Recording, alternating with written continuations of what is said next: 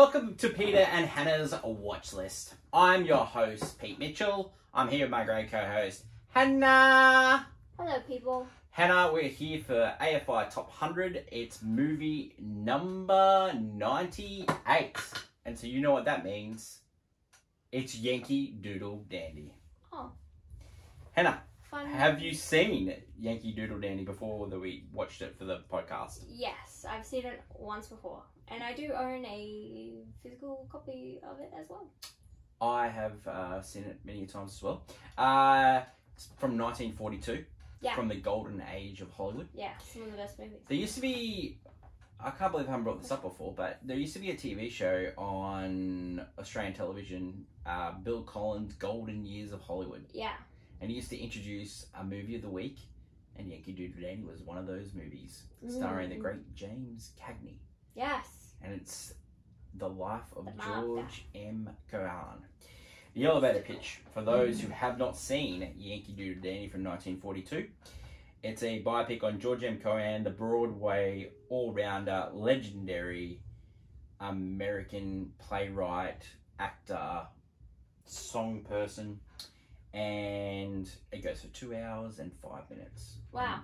We watched it on Apple TV. Yeah, we bought it off. Yeah.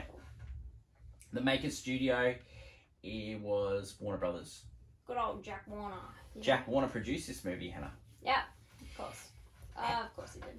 They were going through a great run at this stage, and they the 40s. Yeah, we've got some great movies.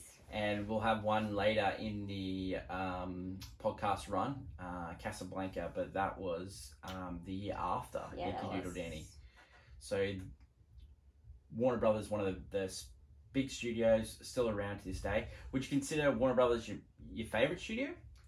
At this time, during this period, like out of the two big ones, which were Warner's and MGM, I would have given the edge to MGM. I just like their musicals better. But nowadays, I think it's hard to say it's my favorite. They do a lot of missing, yeah, as well as some hits, yeah.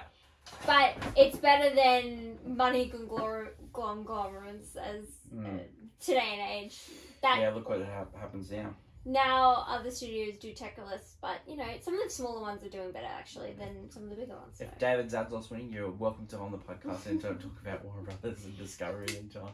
I think I do enjoy Warner Brothers movies though, especially during the 40s and 50s. They were always competing with MGM, which was quite fun. Yeah. And so a lot of their movies were B-rated versions of whatever an MGM movie was. Yeah. MGM were willing to. They were trying to. MGM would throw a lot of money at a movie, and then they would just make a little cheaper version of that movie, and it still do pretty well. Sometimes even better. Classic Hollywood. Like the studio system at the time, so actors, and we'll talk about this with James Cagney a lot, actors, writers, directors, cinematographers, they'd just be contracted to the studio and then only make studio picks. Yeah. Story behind it. So this is where we deep dive for the people listening to the podcast for the first time behind the movie. And this is my favourite part. When we're watching the movies, then I do research afterwards. And I really love reading article after article about the movies. And AFI were really lucky. Yeah. They do a lot of articles about these movies because they're on the list. I just love you telling me and going, oh, yeah. Really? So, didn't know. We're about to go into that stage of the podcast. So the story behind it, we asked the question, was it a book, was it a script? It's actually based on a autobiography from George M Cohan. He wrote that when he was 45.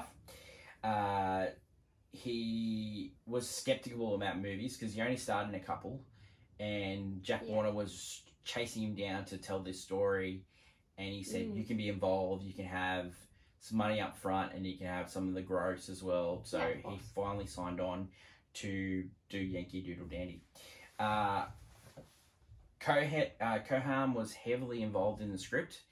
He wasn't heavily involved in production because he became gravely ill, and he passed away not long after the film completion. Yeah. They actually brought up the premiere. It was supposed to happen on July 4th, which is Independence Day, which is a big kind of deal for Yankee Doodle Dandy. they brought the release date up to June 6, 1942. Yeah. So it was about Cohan's life, but Cohan's life was a mystery. Only to Cohan. As most entertainers, Yeah. especially during this age. Well, so he sold the story that he was the Yankee Doodle dandy. He was the American guy himself because he was born on July 4th. Yeah. But he actually wasn't. He was born on July 3rd. So as usual, Hollywood. But born on the 3rd of July does not have a good ring. No. He only wanted the film to focus on his triumphs. It didn't want him to focus on any of his personal life at all. Wouldn't we all want that? So what ended up happening was he went from having 2 wives in real life to only having 1. Yeah. And it's not even based on any of their names. It's based from a middle name of one of them. It also didn't mention any of the children that he had. Nope. And his daughter later, when watching this movie, said that this is the life that Dad actually wanted. I know, that's cool. That's a harsh line.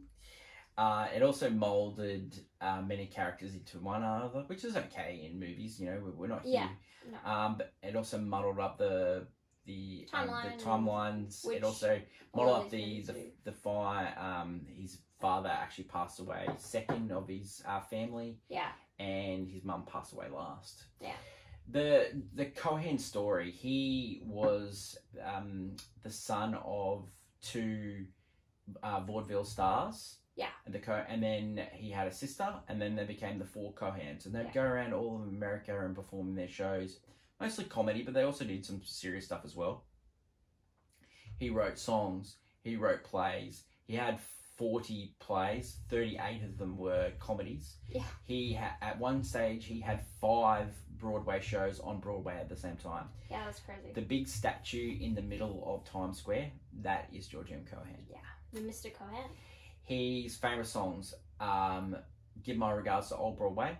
Yeah. The Grand Old Flag. Yep. Over There. Yankee Doodle Dandy, of course. I would also put my personal favourite of his musicals is Little Nellie Kelly. It was made into a film with Judy Garland, and I like that one.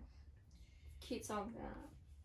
So let's put George M Cohan's life in perspective a bit. So he had the talent of producing plays like Andrew Lloyd Webber. Yeah. He had the lyricist of Lin-Manuel Miranda and Tim Rice, the writer of Lion King and stuff like that. But he also acted. So he was like the Neil Patrick Harris and Jonathan Groff of these days.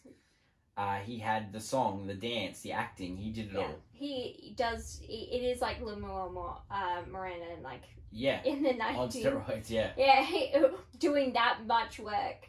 It's insane. A couple other things about the movie.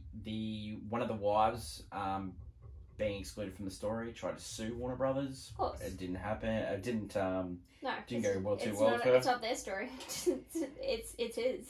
He had the choice. George M Cohan wanted Fred Astaire to play him, but Fred Astaire refused because their dancing styles were very different. Yeah, Fred Astaire very talented. Fluid. Yeah, he had a ballet background. Well, it's more so it's not challenging enough for him because he was known for his musicals. Cohan was a straight-legged dancer, so he had this famous straight-legged dancing. Yeah. And Cagney really pulled that off when he was. I would also go. It's Warner Brothers, and at the time, Fred was leaving RKO and was going into MGM pictures. Yeah. So I don't think he didn't do that many with Warner Brothers. Yeah. So. The songs in the musical Yankee Doodle Dandy, they say they were written for the screen by George M Cohan, but there's actually songs from other people in there. Do you know that one of the songs was actually written by Rodgers and Hart? Yeah, okay. Yeah. That would make a lot of sense. Yeah, so the one where he's singing about Franklin Delano Roosevelt, It'll Be Right.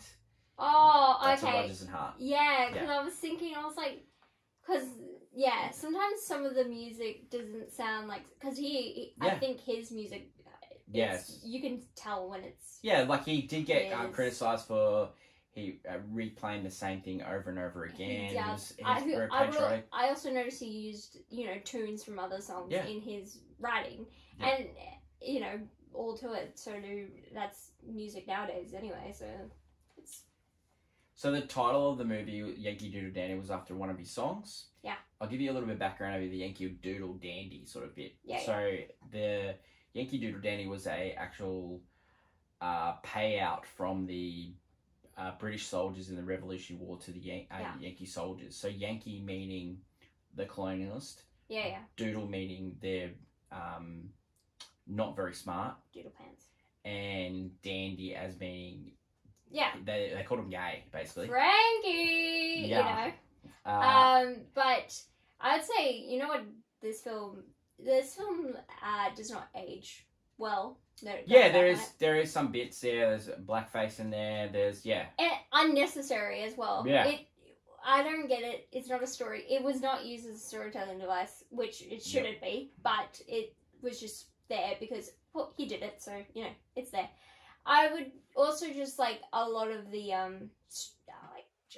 it's very much one note, the storytelling in this, because we're trying to put sunshine and rainbows on a story of my life. There's a lot of montages in this movie. Yeah, which the montages were actually directed by Don Siegel. And you might know that name because he's the director and the creator of Dirty Harry. Oh, okay. Yeah, so Don Siegel, he was big on the montages. Montages guy. So how the movie starts is it's about George M Cohan's life. He tells the story of his life to Franklin Delano Roosevelt, who was the president of the United States during World War II, and he thought he was in trouble, but he was actually getting an award. This is said in the movie. Yeah. But this is actually not true. Yeah, I think he was actually given the award 4 years earlier, and he finally came around. He was actually. It says that he was a Democrat in the movie, but he actually wasn't. He was a staunch Republican, George M Cohan. He was very conservative.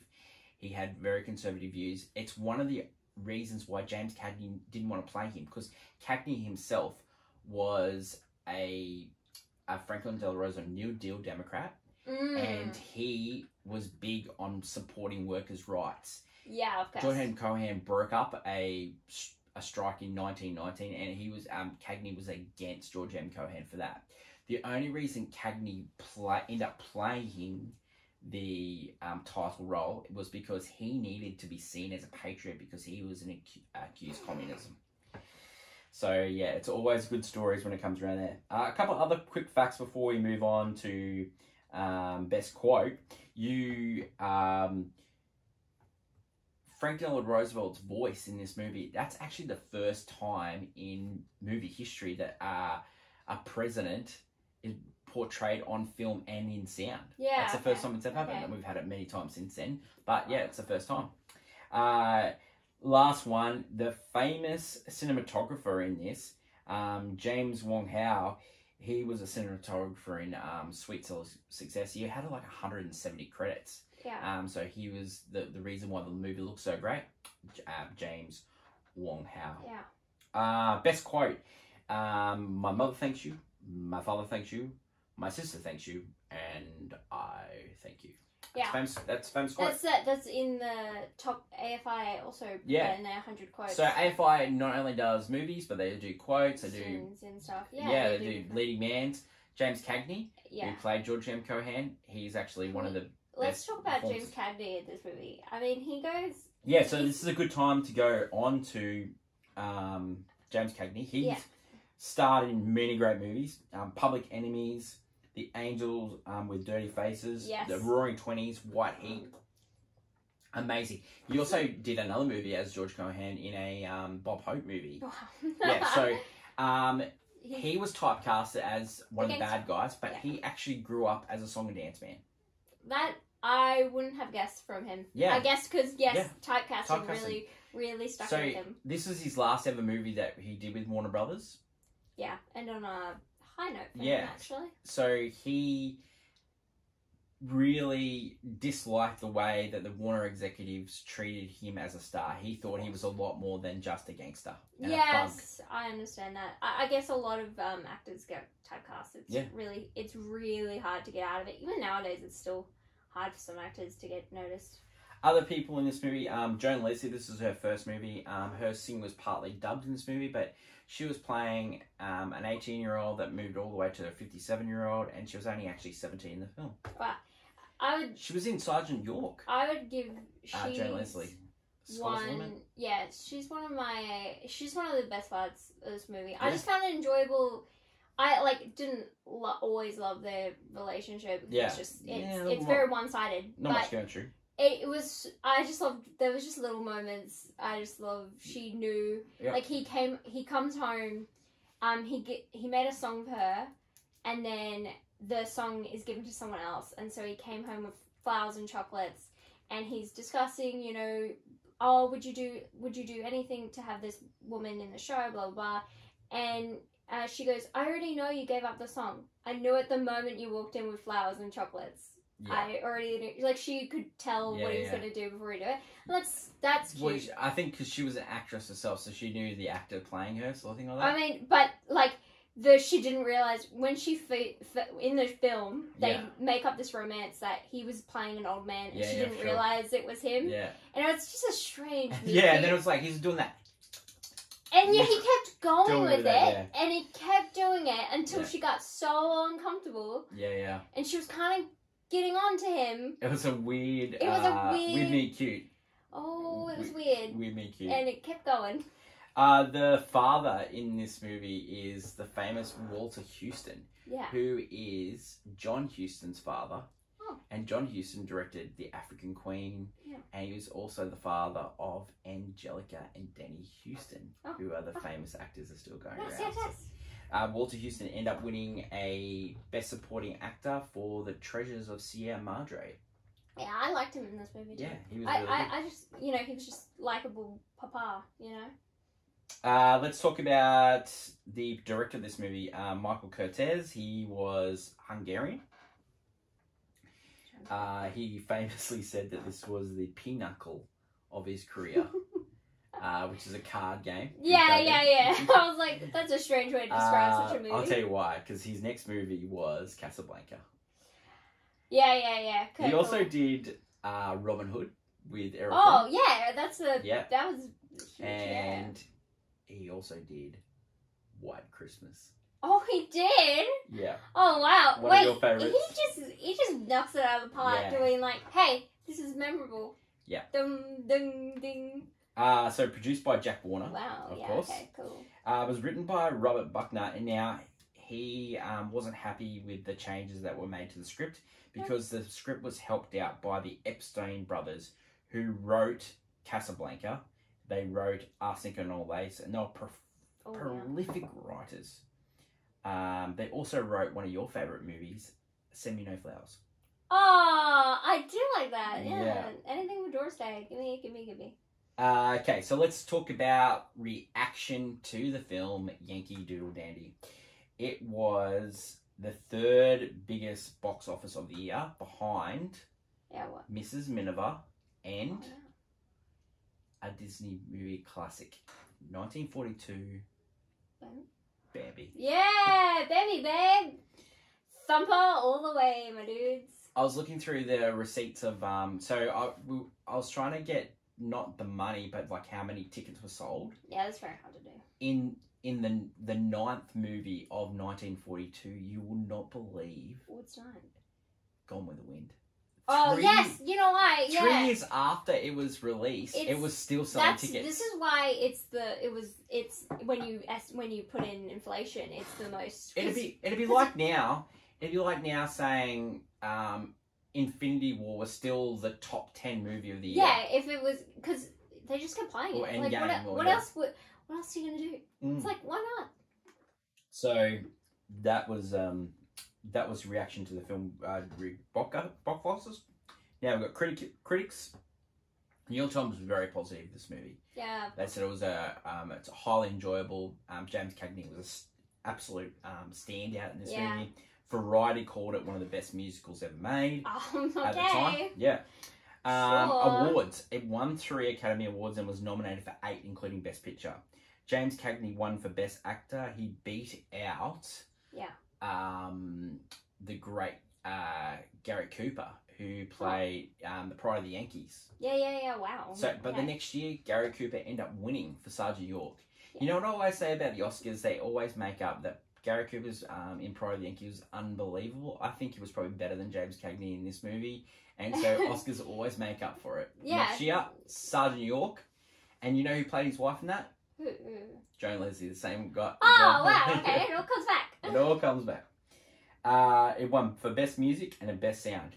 Just looking back at the Oscars that year, there's a lot of nominees. They do big nominees. They do for sound and music. There was like 12 and 13 nominees. Well, we're talking about a year. In these musicals were basically what superhero movies are today. They're the big blockbusters. Oh, but they also did cinematography for colour, cinematography for black and white. Yeah, well, you have two completely different sets of film going at the same time. It lost out Best Picture to Mrs. Minifer, who was the second biggest grossing movie of the year. Not bad. I don't think it should have won any more. I think they did well to the 3. I don't think it's Best Picture winner. Yeah. No. Yeah, I think it did well to win the 3. I would give it to performer and music, even though question music. Reaction recently to the film. So Rotten Tomatoes, 91%. Letterboxd is 3.5. IMDb is 7.6. Yeah. Metacritic is 89. Originally on the list, on the AFI Top 100 list, because we're doing the revised list, it was actually movie 100, so it's gone up. Yeah, which is strange.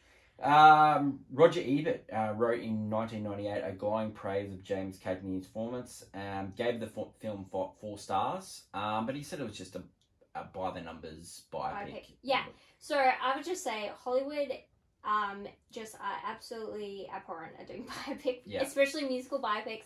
They are always just an excuse to have your music. Great take in. And that leads perfectly into one of my favourite segments on all our shows. It's the hot take, which is clickbait. And this week I'll start off, and Hannah just perfectly go into my hot take is. There you go. Thank you for teeing me up, Hannah.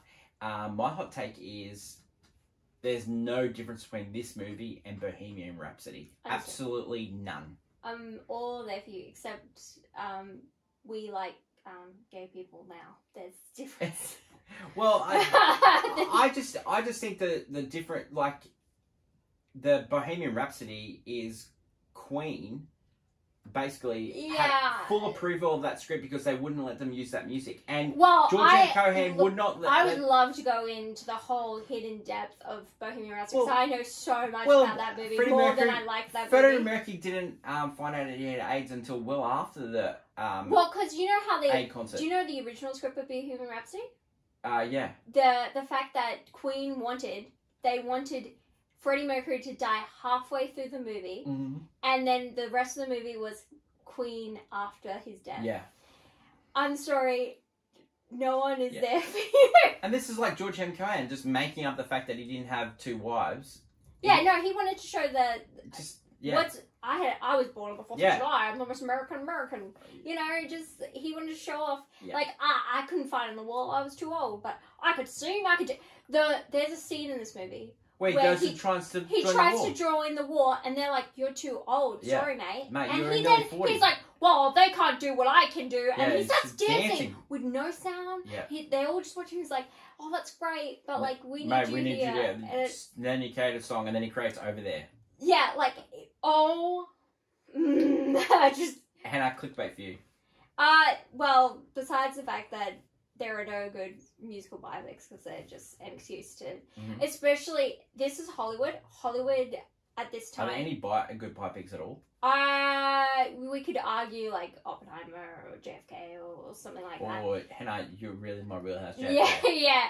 But it's more so. Is JFK on AFI Top 100? I do not believe. Maybe we should revisit AFI Top 100. Make our own. We'll make our own. Great idea for a podcast. When it comes to musicals, especially if you're doing a singer or a writer or something, you have to replay their big hits or people get angsty. Yeah.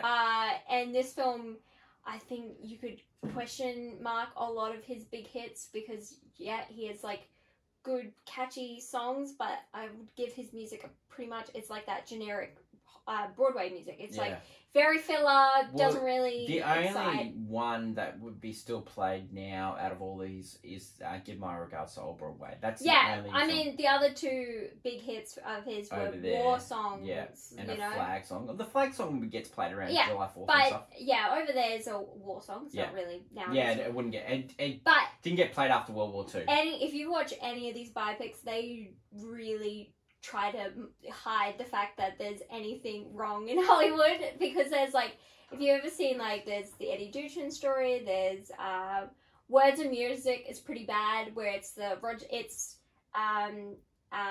Hart and Rogers. Yeah. And Hart was actually like a terrible like alcoholic and had a lot of dark past. But in the movie, Mickey Rooney is just he's just sick. He went away and he came back and he was just a little bit ill and he's just unwell. This is making up, dude. He's drinking. Yeah, they're like oh, and it's like, dude. Totally. It's they try to hide a lot of the anything bad going on in this. They just Well, if you like a hot take, don't forget to listen to our movie news podcast, which drops Thursday every week, and you will get hot takes right off the press called clickbait. Let's get on to our review. Yankee Doodle Dandy, movie number 98, Reasons to See. Hannah. It is you'll find out the interesting life of George M Cohan. Or the one I made up. Well, yeah, but you do learn, like, well, I didn't really know going in when I first watched it who George, I had heard the name because the only time, so it's not really, I wouldn't say he's had a lasting legacy in pop culture, by all means. Well, the statue, but no one ever brings that up. All I know is, like, in other songs they use the Mr. Cohan, like they use that line because he was like a huge thing on Broadway. Yeah, for sure. And I think, and even this film tries to portray the fact he was huge on Broadway, but as time has gone on, no one really remembers even in the him. movie. Even in the movie, they're like, no one remembers you, mate. Yeah. Even though, and then he's like, even the Over There song that all these soldiers are singing, and they like they're like, don't you know this one, old timer? It's like, he wrote it. Of course he knows the song. But Reasons to, it's just great dance numbers. Like James honestly, does. It's very enjoyable watch. Yeah. It's just a really nice. Yeah, it's musical. Really easy. You turn off your brain. It's just, very America. Yeah, very America. It's just one note throughout the movie. If you're gonna get surprised live from it. and breathe America, it's America. Yeah, definitely. So Reasons Not to, it's definitely not groundbreaking. Like you get the montages, you get the usual stuff. If you want to know about history and stuff like that, don't watch this movie. It's definitely not one of those. They've done documentaries on him and stuff. 100%. Let's go on to, does it deserve to be on the list, Hen? I know why it's on the list. I don't think it deserves it. No, I don't think it deserves it. Compared to other musicals that really redefine the genre. I like Meet Me in St. Louis is a huge one. I reckon if they were doing the list now, it wouldn't be on it. It wouldn't be on it. I would also go, I would make a case for like Meet Me in St. Louis if you're going to go a musical during that time. Yeah. Because that changed kind of the format because no one had taken, because what this movie struggles with is that it's still the same format of you'd only get the musical numbers during a stage show. Yeah. You'd never get it outside. Like, he's not singing out and dancing in the middle of a street. No, it's not that kind of thing that we see later on in musicals. Yeah.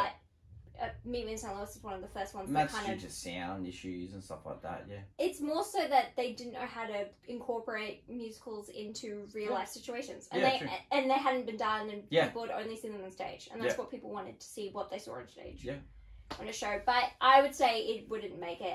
Even James Cagney's performance, while it's enjoyable, I don't think it's mildly breathtaking. Yeah, I think he did a great job, and he's great at the dancing. He does like seeing the dancing of George M Cohan. He did it. He did it perfectly. So love the bit where he's singing Yankee Doodle Dandy. That's probably my favorite part. So doesn't deserve to be higher on this list, in our opinion. Would you buy it on Blu-ray? Well, you already have a copy. I own a copy because, I can't help it.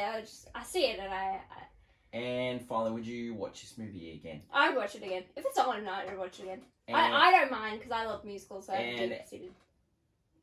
So would you watch or miss? Would you recommend watch or miss? I would miss it if you're not into musicals because I think it's pretty one note. And your rating for this movie, Hen? That's hard for me. My personal rating? Yeah, I reckon it's right down the line golf clap. I was thinking it's a golf clap for sure. I'm just saying that, it's a golf clap because it's a solid musical that's enjoyable to watch. And I think it's just a solid movie. It's a solid movie. I just don't think it actually... It's nothing outstanding. It's nothing thought-provoking or There are better like biopics, there are better musicals that should be here. Well, I think there's better movies, and we're going to have one of those next week. 1982 movie Blade Runner is movie 97 on the list. So this is great for us because it's the original cut, Hen. Oh, so interesting. I've not seen the original cut, so we're going to see how this is going to go. So the original cut is on Australia. It's in on Stan, and you can get it digitally on Apple as well. Yeah. Don't forget to leave feedback, good or bad, and we'll read the best ones on the show. We got some feedback that Hannah, they disagree with you that the fact that Woody is the bad guy. It's the feedback is Mr. Potato Head is the bad guy. Okay, yeah, because I'd say Mr. Potato Head is an egg on. I love those. He's just. I love a good man that stirs the pot. Yeah, but Woody is like me. I am the cause of my problems. Yeah. He's the leader of the. He started the cult, and then he wanted to assassinate someone who tried to invade the cult, and that's how it happened. That's it for today's show. Don't forget we have What's Next drops on Wednesdays, and we also have Movie News, which drops on Thursdays. And we have some exciting things coming next week. Yeah. Next week we're going to review Charade, which is starring the great Cary Grant. We're going to do that on Audrey Hepburn. We're going to do that on someone else's podcast.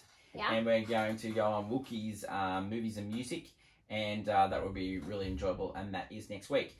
We're also for movie news next week. We're also doing a Santa Christmas / draft. Yeah. And we're going to have Denny returning, and we're also going to have a special guest because it's a Christmas episode. We need a special guest as well.